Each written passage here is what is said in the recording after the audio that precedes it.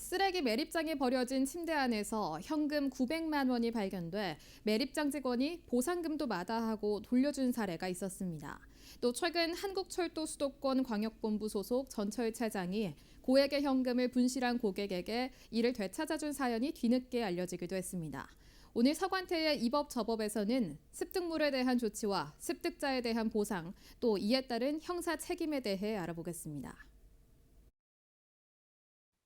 유실물법이 규정하고 있는데요. 유실물법 제1조는 타인이 유실한 물건을 습득한 자는 이를 신속하게 유실자 또는 소유자 그 밖에 물건 회복의 청구권을 가진 자에게 반환하거나 경찰서에 제출하여야 하는데요. 다만 법률에 따라 소유 소지가 금지되는 총이나 마약 등 그리고 범행에 사용되었다고 인정되는 물건 칼 등은 신속하게 유실자 또는 소유자가 아닌 경찰서에 제출하여야 합니다. 보통은 습득자와 유실자 사이의 협의에 의해서 정해지기는 하지만요. 이렇게 협의가 안 된다면 유실법 제4조가 규정하고 있습니다.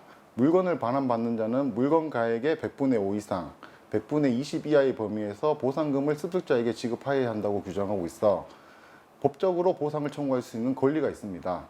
다만 국가, 지방자치단체, 그 밖의 공공기관은 보상금을 청구할 수 없습니다.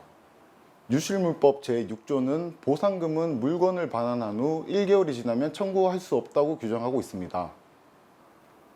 보통 습득자와 소유자 사이에서 협의에 의해서 보상금이 정해지게 되는데요. 근데 소유자가 습득자에게 보상을 해주지 않는다면 습득자는 물건을 소유자에게 반환을 하고 법원에 소송 등을 통하여 청구할 수 있습니다. 다만 물건을 먼저 돌려주고 보상금에 대해 합의가 되어야 되지 물건을 돌려주지 않고 임의로 폐기해버린다면 형사처벌 대상이 될 수 있습니다.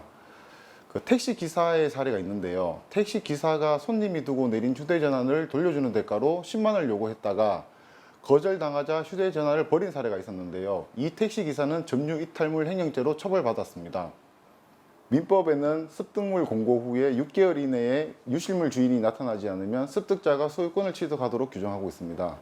하지만 물건이나 돈을 줍고 7일 이내에 경찰서에 신고하지 않았다면 위 유실물에 대한 소유권을 잃게 됩니다. 그리고 끝내 주인이 나타나지 않아 습득자에게 소유권이 돌아간다고 해도 습득자가 3개월 이내에 받아가지 않으면 그 유실물은 국고로 기소하게 됩니다.